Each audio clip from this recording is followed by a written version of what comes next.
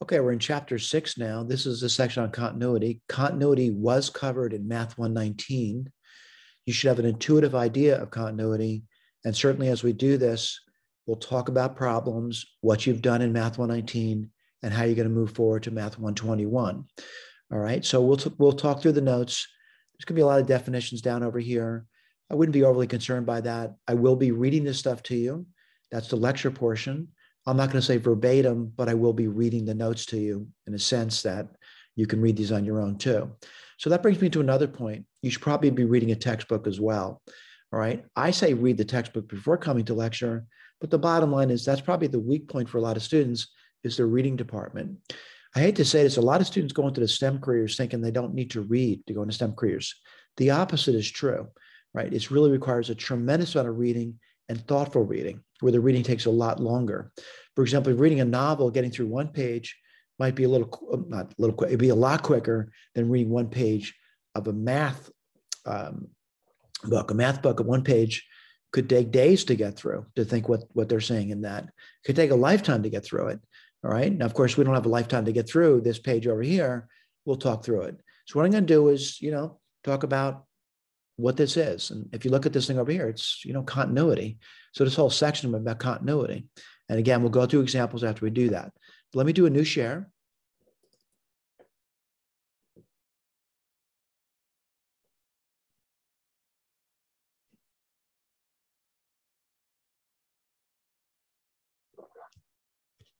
Let's take a look at it. And again, just kind of we'll look through this and, certainly you've seen continuity in 119. And I'm going to say the big idea in 119 was your teacher was telling you about, if you drew a picture and your pencil never left the paper, that you'd have a continuous function. The problem is this, though, your pencil definitely is a paper when you're drawing a picture. But in your mind, if you thought about it, for example, let me just point out what I mean by that. If you were graphing this in 119, this is a polynomial. It's an odd polynomial. I want to point out this leading coefficient test, whatever this thing looks like, I'm going to tell you it looks like, definitely when you're to the left, it's going down and to the right, it's going up. And there's a connection between the two. And this is the part where, it took a lot of effort when you were doing that. I don't know exactly what the connection is, but, maybe something, I have no idea. Who knows what's going to go on between those two? I didn't do any analysis over there, but what I do know is I know a connection. And why is that? The domain of this problem is all real numbers, right? So if I thought about it in my mind, the connection, it never really leaves the paper. What do I mean by that? My pencil would never leave the paper. Of course, that's my definition of hell, but I want to take a look at technology over here, and let me do that for you. I'm going to switch screens now, and give me a second to do so. And I'm going to open up Grapher. You should be exploring technology in your learning experience. Let me type this in, 5x to the 7th power plus 6x to the 5th power minus 4x 4th power minus 3x squared minus 9x plus 1. Let me see if I type that in right. 5x7, 6x5, minus 4x4, minus 3x squared, minus 9x plus 1. Hit the return button. And what do I see? I see a picture. Let me just zoom out. And I'm going to now zoom in. Just give me 1 second to do so. Maybe something like this over here. All right. So someone says, well, I don't know where it's going. My claim over here is this is a partial picture. Right, a partial picture of it. Now, someone can say, your partial picture you put on the whiteboard is different than this partial picture. Not substantially so. Like I said, it was going to go down, and I said it was going to go up, and I said it was a connection between the two. Now, what you have to, in your mind, realize is that this thing goes on forever as we move out in the x direction towards infinity. And it moves down forever as we move to the left of the x. So I'm going to say, it looks like if I were, if I had an infinite piece of paper, that my pencil would never leave the paper. And that should be somewhat intuitive to you. I'm going to go back to the notes. Give me a second to do so.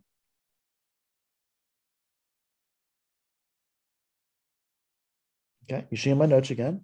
Again, I want to point out, I'm thinking about that again. I'm thinking about this thing over here. My pencil, if I were drawing that picture out, would never leave the paper. It would never leave the paper. So I would say, oh, this is continuous everywhere. No matter where I am, my pencil's not going to leave the paper. All right. So, in math 119, you graph problems like this. I'm not going to say the seventh degree polynomial. The roots are really tough to come up with for this. But I use technology. I saw the same picture. What I mean by that, I'm seeing this picture over here. Was their picture better? Yeah, their picture's better. But I get a rough idea what it looks like. Rough idea. So let's look at this one over here. Now, when you took Math 119, you also graph this one over here. And then the problem becomes is, what does this one look like? Well, this one's easier to graph. Let me go through that with you. Whoops, sorry about that. I need to do that. So I'm going to say this thing has an asymptote at 1. That's x equals 1. And what else do I know about it? It has a horizontal asymptote at 0.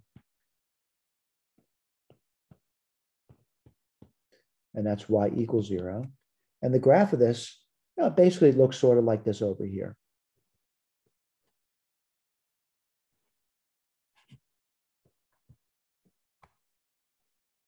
All right, that's what it sort of looks like. Where'd you learn how to graph those things in Math 119? Now let me talk about this. I realize if my pencil's on the paper over here, it would never be lifted if I were doing something like this. And here, it goes down forever. Now I do have to lift my pencil up to bring it over here. So where to lift my pencil up at this place here. So I lift my pencil up, and over here, it's always going to be being drawn over here. So what I would say is, this appears to be continuous on its domain. Like, for example, when I'm on its domain, I'm never lifting my pencil off the paper. Now, of course, I have to lift my pencil over here. It's not in the domain. I'm never lifting my pencil off the paper. So I'm going to say over here, it appears to be continuous on its domain. All right. So let's look at this one over here. I'm going to draw the picture of it. And again, these are things that you've done in Math 119. Well, what I notice about this problem over here is that if I kind of drew the picture of it, it's asymptotic with y equals 0. And, it's a positive looking curve. It's always positive. It looks sort of like this over here. Again, I'm not saying I'm doing the best picture. I do know it's an even function. That means folding through the y-axis. Well, what am I looking at? Well, I'm looking at something, where my pencil would never leave the paper. So I'm going to say continuous. And again, it's continuous on its domain. Let's go through the over again. Continuous on its domain. Continuous on its domain. Continuous on its domain. So let's talk about that. All right, sort of things you learned about in Math 119 about graphing and about never lifting your pencil off the paper, so to speak. There are many other functions you studied in Math 119 and 120. For example, you did exponentials, you did logs, you did trigonometric functions. So I'm going to basically think about, you drew a lot of pictures, and I'm going to say those pictures you do in 120 or 119, and even back to 100, have continuity. All right, what kind of continuity are we talking about? Continuity on their domains. So here's the deal. You need to have a good working knowledge of what you did in Math 119 and 120, a good working knowledge of it. So I'm going to go through some, useful definition of continuity. All right, let's talk about that. Now we're moving into the limit to the realm of calculus now, and it's much more precise than what you talked about Math 120 and 119 and 100. But over here, and again, this is, I'm not going to say it's the easiest thing to know, but it says a function f is continuous at a number a if the limit as x approaches a is identical to the function's value there. Well, what are they basically saying is it's a point continuity. So they're looking at points, and they're basically saying you're approaching the number a. Now, the limit of that would mean from the left and the right of it, and it would equal the value of f of a. All right, that makes sense. For every point along the curve, that would have to be true. Right, so this one seems to be reasonable. The next one up, it says about left and right continuity. Let's go through that for you. So a function is continuous from the right if this condition is met. All right, so they may ask about right continuity. That is, the limit as x approaches a from the right of f of x equals f of a. Right, let me give you an example of that. F of x Whoops, sorry about that. Well, I did it again, didn't I? F of x equals the square root of x. I'll draw a picture of this. The picture would look like this. What are we saying? Well, the limit, let me write this over here. The limit as x approaches, well, I'm going to say the a over here of interest for me, the a would be 0 from the right of the root x is equal to 0. Again, you would need to know limit problems to know that's true. Does that equal f a value at 0? It does. It's the same thing. So I'd say it's right continuous. It's not left continuous though. And why is that? Although f of 0 is equal to 0, the left limit doesn't exist. All right. So let's take a look at the next one up. And next one up says f of x is continuous from the left if this condition is met. Let's take another really simple example. I'll put this one over here. F of x equals the root 1 minus x. Well, I'm going to draw a picture of this. And this thing starts at 1. And then what happens? It looks like this over here. Right? So let's take a look at it. 1's my number of interest. And let's write this over here. So the limit as x approaches 1 from the left of f of x, and again, you would need to know the limit laws to do this, is equal to 0. And that is identical to f of 1, which is also equal to 0. So this is left continuous, right? An example of that. So is it right continuous there? No, because you can't approach it from the right. All right, let's take a look at this over here. This is probably, not the easiest thing to comprehend. Whoops, sorry about that. And the reason for that is, let's just read through it.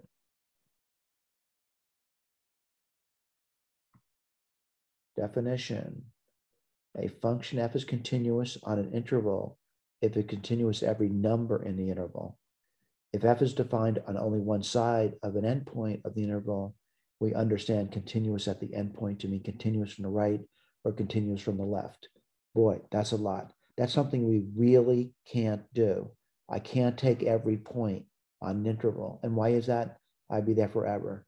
So we need something simpler. Let's go to the next page. The next page, I'll summarize all these theorems for the most part. It's what you learned in 119. Every function you were given in 119 was continuous on their domains. Let's take a look at that theorem. Any polynomial function is continuous everywhere. That is, it's continuous on the real number. What is that? Polynomial's domain is real number. Let's look at theorem. Rational functions are continuous wherever it's defined. What does that mean? Continuous on their domains. So we have polynomials, continuous everywhere. Rationals, continuous on their domain. Trigonometric functions, you learned about these in Math 120. What trigonometric functions talk about? The 6 functions: sine, cosine, tangent, cotangent, cosecant, and secant. They're continuous on their domains. You would need to know what their domains are from Math 120. What the function you did, arcsine, arccosine, arctangent. You did those 3 for the trigonometrics. Bottom line, study these in 119 and 120, continuous on their domains. Next up, inverse trigonometric function. We just talked about those related to trigonometric functions. You would need to know their domains. They're continuous on their domains. Now, someone says, I don't remember any of that material being taught in 120. You would need to go back and review 120 material. For example, if someone said to you, f of x equals the arc sine of x, you would need to know its domain. And what's that guy's domain? -1 to 1. So what I say, this function is continuous on its domain between -1 and 1. If they gave you this one over here, and again, if you don't know this material, you'd have to review Math 120. If someone said arctangent, and what I'm going to say, these are not memorization skills. If you study Math 119, hopefully they've been described to you. Well, this is going to be an open interval between minus, whoops, sorry about that. I need to look crazy over there. Let me do that backwards. minus infinity to infinity. All right. It's continuous everywhere. Now, that's good news. All right. So forth and so on. Make sure you understand that. Now, someone says, I can't remember ever doing that Math 120. You got to go back and review. Now, for the students that, are, bypassing the normal route to calculus and saying, I don't really think I need to know pre-calculus. Well, come by during office hours and I'll outline that there are websites up there with complete notes and videos and homework for you to work through if you need to learn that material, if you haven't done so already. Let me keep going. Root functions. Well, there are things you studied in Math 119. Continuous on their domains, right? There are, endpoints to those things over there. Make sure you know about that. Exponential functions, they're also continuous on their domains. Logarithmic functions, yep, you studied those in Math 119. So along with the exponentials, continuous on their domains. And then they got this over here. It would say f and g are continuous at a and c some constant. Then the following functions are also, well, sums, differences, constant multiples, products, divisions, provided that we don't have the division by zero problem. Theorem. Well, we'll go through examples, by the way. Suppose that the limit as x goes to a of g of x equals L, and f is continuous at L. Then, well, sort of like compositions now, right? You've done that before, compositions. All right, so let's take a look. Now, I'm going to point out the reason we give you some examples is for you to make sense out of them. All right, was this function studied in Math 119? Absolutely not. So I'm going to claim over here, it hasn't been studied, so this might be something new. So what does it say? Please don't believe all functions are continuous on their domains. Now, what functions are continuous on their domains? The functions that you studied in prior courses. Now you're going to see functions that may not be continuous on those domains. So I'm looking at this over here. I haven't seen this function before, so I got to realize what this function is. And it's the greatest integer function. What does it do? It returns the largest integer less than or equal to x. So I need to understand what that means. And to do that, I'm going to try to visualize the problem. I'm going to go over here. I'm going to try to visualize that. Now, when you visualize that, why do you need to visualize? I need to understand what that problem is giving me. So what's f of x? F of x is this thing over here. Now, I want to read the footnote to you. And the reason that many of you guys have seen this before, right? So if you're taking computer science courses, this might be, written down in a programming book as being a floor function. The greatest integer function also sometimes is written like this over here. But I want to point in computer science, this is called the floor.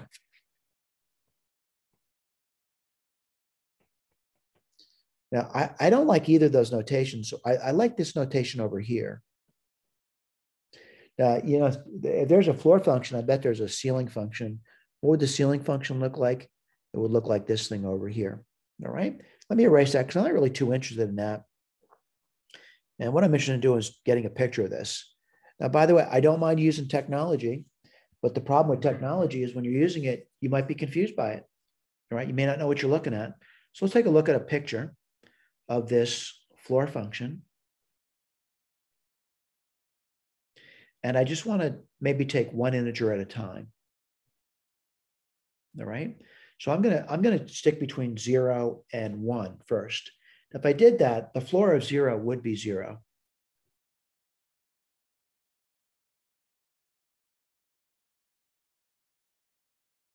Right, the floor is 0.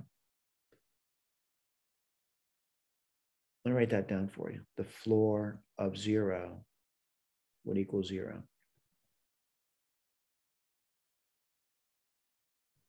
All right, let me read that to you again. It returns the largest integer less than or equal to x. Well, that would be 0. Now, once you get the 1, what happens? Right? By the way, all these fractions over here are always going to drop down to 0 because that's the integer, right? That's going to be less than or equal to that number, which would be 0. But what happens when you hit the 1? it jumps. The floor of 1 is 1. And then what does it do? Well, it starts to go up to 2. Once it's 2, it jumps. So a lot of people look at this and say, this looks like a staircase. Now, most students have no trouble going to the right and getting that graph. It's when they go to the left. Well, you know what? Let's just look at it and see what it looks like when you're at -1. And we'll discuss it. I'm looking at that picture. I'm going to say maybe something like this. Right? We're trying to visualize what the floor is giving us. Now, let's see if that makes sense. And I want to point out what I mean by that. So if I'm looking at like, -1/2 here, let me write this down for you.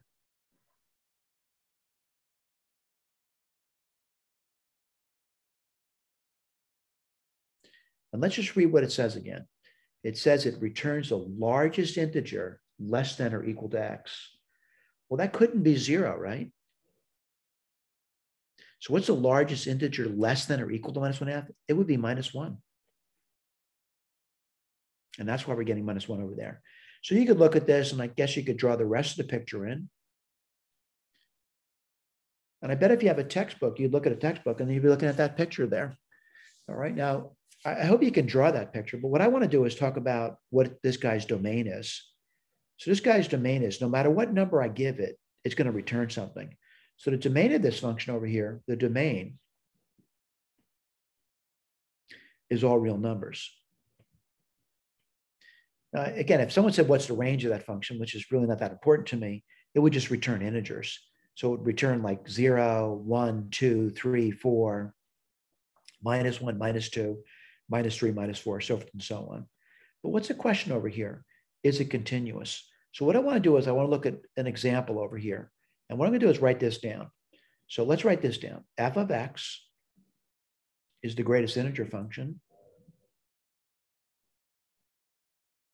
That's how it's written in a math textbook. I'm going to look at what f of 2 is. This is just one example. And what do you get over there? Well, f of 2 would give me what? I'm looking at it. It would return 2. Look at my picture. Now let's look at the limit. The limit as x approaches 2 from the left of this greatest integer function. I'm going to look at the picture now. And this is 2, and this is the left. What numbers it appear to be approaching? 1. Let me write that down for you. Let me do the next thing. Limit as x approaches 2 from the right. Yeah, I'm looking at the picture. This number 2, this is the right. If I'm looking at this thing over here, what numbers appear to approach the number 2? So this thing does not possess left continuity. It contains right continuity, but it's not continuous at 2. Why is that? The limit doesn't exist there. It doesn't agree. But is it continuous at 2? No, it's not continuous 2. What kind of continuity is displayed there? Only right continuity, because they're equal. So it's not continuous. Now that makes sense to me, thinking back to what I was told in Math 100. What am I doing? Every time I hit an integer, I got to lift my pencil. Every time I hit an integer, I got to lift my pencil. Every time I hit an integer, I lift my pencil. So what we say is this function's continuous, right? At any number except integers. It's not continuous on its domain though. So it's a good example of a function that's not continuous on its domain. Now that's a new function. A little difficult to understand that, but the bottom line is you want to go through that. Whoops, sorry about that. Not sure what happened there. All right, so let's go the next question. And I'm going to try to do that for you. Let me get my pencil, my eraser out. Let's look at this one over here. Now, when I'm looking at these problems over here, I'm certainly talking through it. And what it says, look at something more familiar. That other question, greatest integer problem, it's kind of problematic, but this is definitely more familiar. Now, what do I know about this function? It's pieces. The first piece is a polynomial. It's x squared. That is definitely continuous on its domain. The next function, which is all real numbers, by the way, so that certainly covers less than 0. The sine function, which is the second function there, is also continuous on its domain. If it's continuous on its domain is all real numbers, that certainly includes the interval between 0 and pi over 2. The next function, which is 2x over pi, is actually an equation of a line, which is polynomial. That's continuous on its domain. So it's certainly continuous on the number where x is greater than or equal to pi over 2. What I need to do is say this. What's the domain of this problem? So I need to look at it. And what's a domain? Well, all the numbers below 0, up to 0, it touches 0, pi over 2, and then pi over 2 it touches off to infinity. That's its domain. But I got to tell you, there's connecting points over here, and I've got to look at this. So what do I need to look at? There's 2 points to look at. So I want to point the points I'm going to look at. I'm going to look at where x is equal to 0. That's one place I need to look. The other connecting point is where x is equal to pi over 2. And I need to be careful about this. I need to know what's f of 0. Well, f of 0, which function allows me to touch 0? Well, that middle function. So I need to write that down. Sine of 0. What's that? 0. I also need to look at f of pi over 2. We're not done yet. What's sine of pi over 2? Which of those functions allow me to touch pi over 2? The third function. Let me write this over here. 2 over pi times x, which is pi over 2. This would give me 1. All right, we're still not done yet. I've got to write limits down. Now for this guy over here, what am I doing? The limit as x approaches 0 from the right, and I need to look at the limit as x approaches 0 from the left. This guy over here, I need to look at the limit as x approaches pi over 2 from the right, and I must look at the limit as x approaches pi over 2 from the left. This needs to be done. I got to look at the 0 from the right. Which one of those 3 functions would allow me to approach 0 from the right? It would only be the sine of x. Let me write that down for you. We'll do the limit later, by the way. Which of those 3 functions allow me to approach 0 from the left? That's the polynomial x squared. We'll do the limit later. All right, let's do the pi over 2 from the right. Which of those 3 functions allow me to do pi over 2 from the right? Well, that would be 2x over pi. We'll do the limit later. What's the next one going to be? Pi over 2 from the left. That would be sine of x. I'm going to use limit laws. This guy's going to be 1. I'm sorry, I made a mistake there. It's not 1, it's 0. Sorry about that. This would be 0. What do I know? Continuous at x equals 0. Why is that? The function evaluates to 0.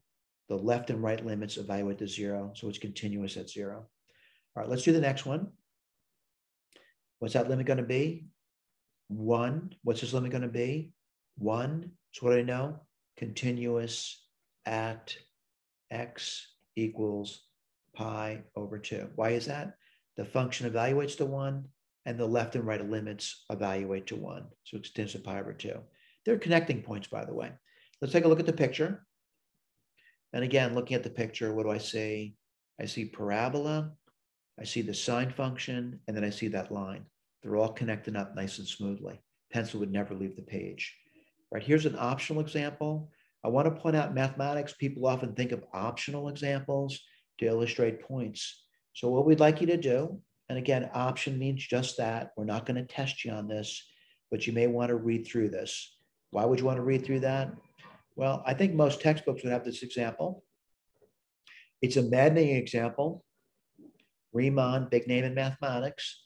He defines a function. He defines it this way. And then think about it. That's all we're asking you to do. Think about it. What's the problem with thinking? It takes time. Think and read. We're going to do far more simple examples, and we'll get to that next. Here's the deal, though. You need to study what we gave you. You have to study what we gave you. We need to do these examples. As we go through these examples, one by one by one, at some point, You have to make sense of what's being presented to you. I do recommend also reading a textbook, by the way, and then try problems on your own. That's your goal, to be able to do problems on your own. Thank you.